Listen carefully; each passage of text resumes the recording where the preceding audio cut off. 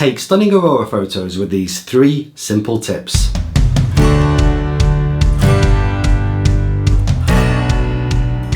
Hi, my name's Rich Dyson from Edinburgh Photography Workshop, and this is Coffee Break Photography.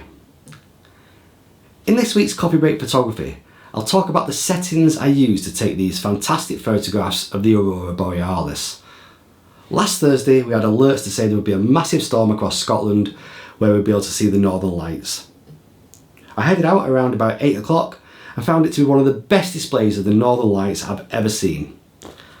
I'm not going to share the exact same settings that I use to take these pictures, but instead I'm going to tell you about the process that I use to get Aurora pictures that look as good as these. My process has 3 elements: exposure settings, focusing techniques, and editing. Before we look at exposure, let's first understand how the Northern Lights can be seen. They'll usually be visible in 2 ways.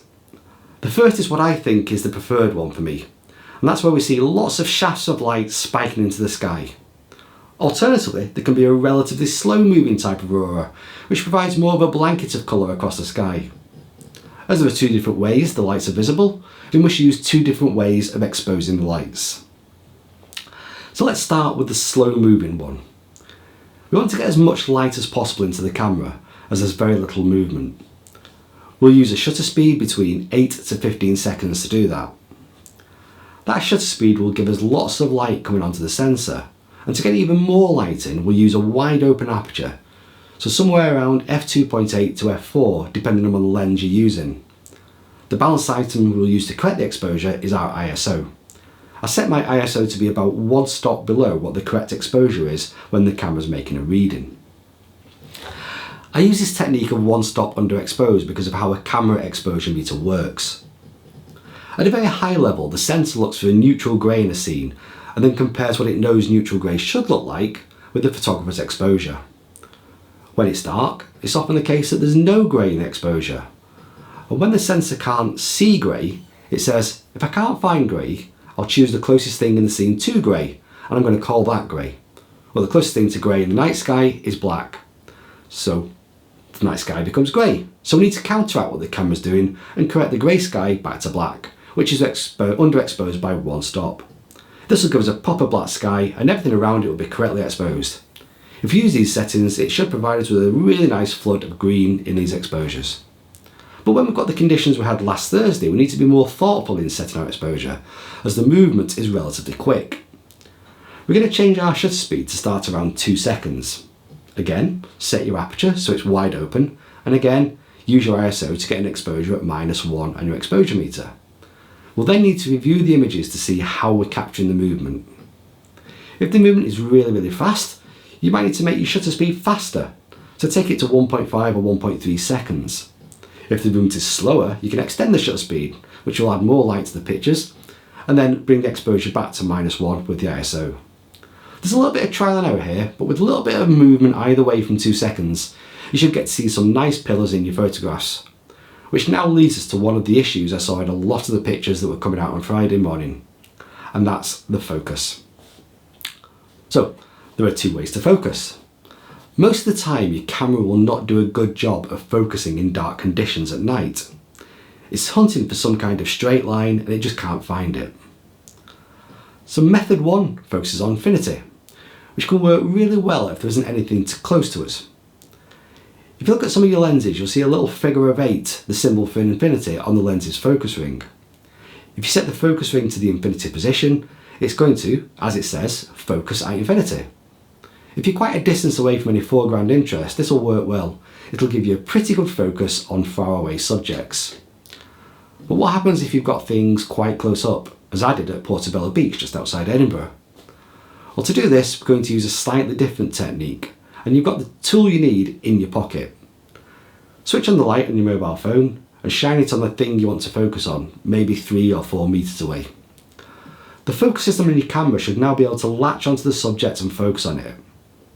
Now, if you use the half button press to take your photographs, where you press the shutter button halfway down to allow it to focus, and then press the rest of the way down to take the shot, you're going to need the light to continue shining on the focus point, and that's going to impact the photograph. So there are two ways to stop having the light on so we can capture the natural scene. Way number one is, once you focus using the light and you're using the half button press, switch your lens to manual focus.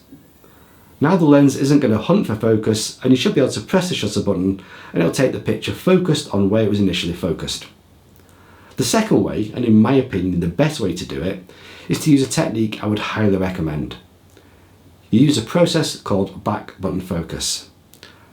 You can read about it here on this old written blog.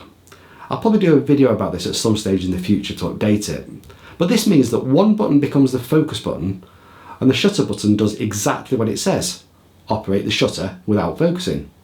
So when you take the photograph, it'll be focused where you were when the light was shining on the subject, and every picture after that will be focused in the same position. I'm just going to interrupt this video to let you know that I run a night photography workshop in Edinburgh. Over 3 hours we look at different ways of taking photos once the sun has set. We look at an excellent technique for shooting light trails, we find ways to use light differently, I even make a ghost appear. So if you're interested in attending this great workshop, you can find out more by scanning this QR code. Now, back to the video. So let's now come to the final element. Every photograph taken with a camera, particularly when you shoot RAW, is actually quite flat, and we need an editing process to enhance the photographs. Every scene will need slightly different editing, and I'm not going to give you a magic bullet for the editing process, as it's going to be quite a personal decision based on the scene. But the key thing I'll talk about is what you do after you've edited, and that's noise reduction. There are various tools for reducing noise in images. As we're shooting at higher ISO values, the photos will have a higher degree of noise, and my preferred tool of choice is DxO Pure RAW 4. Once you've edited your images, run them through DxO Pure RAW and most of the noise will be removed. I've been so impressed by how well this works at high noise values, even up to 10,000 ISO, and it does a great job of making it look like it's almost been taken at a native ISO level. As I said, there are other software options, but I've found Pure RAW 4 to be an impressive performer. One little tip when using Pure RAW 4 is that it uses the data inside the RAW file, and if you make edits where you're using a spot healing brush for instance, these aren't contained in the RAW file. So always leave any kind of spot removal until after you finish the Pure RAW editing. This is a very quick overview of how I approach photographing the Northern Lights. We call it the height of Northern Lights activity, so hopefully in the next few days and weeks ahead we might see some more really nice strong storms. If we do, you're now armed with the process, tools and technique to get some really excellent Northern Light photographs. If you've enjoyed this video, it'd be great if you could like it and share it by clicking on the thumbs up button below the video. That way, a few more people get to see it. You can also subscribe to the channel by clicking on this button here. I send out a monthly newsletter to my subscribers with news about photography, as well as exclusive offers. Scan this QR code to sign up. My name is Rich Dyson from Edinburgh Photography Workshop, and this has been Coffee Break Photography. See you next time.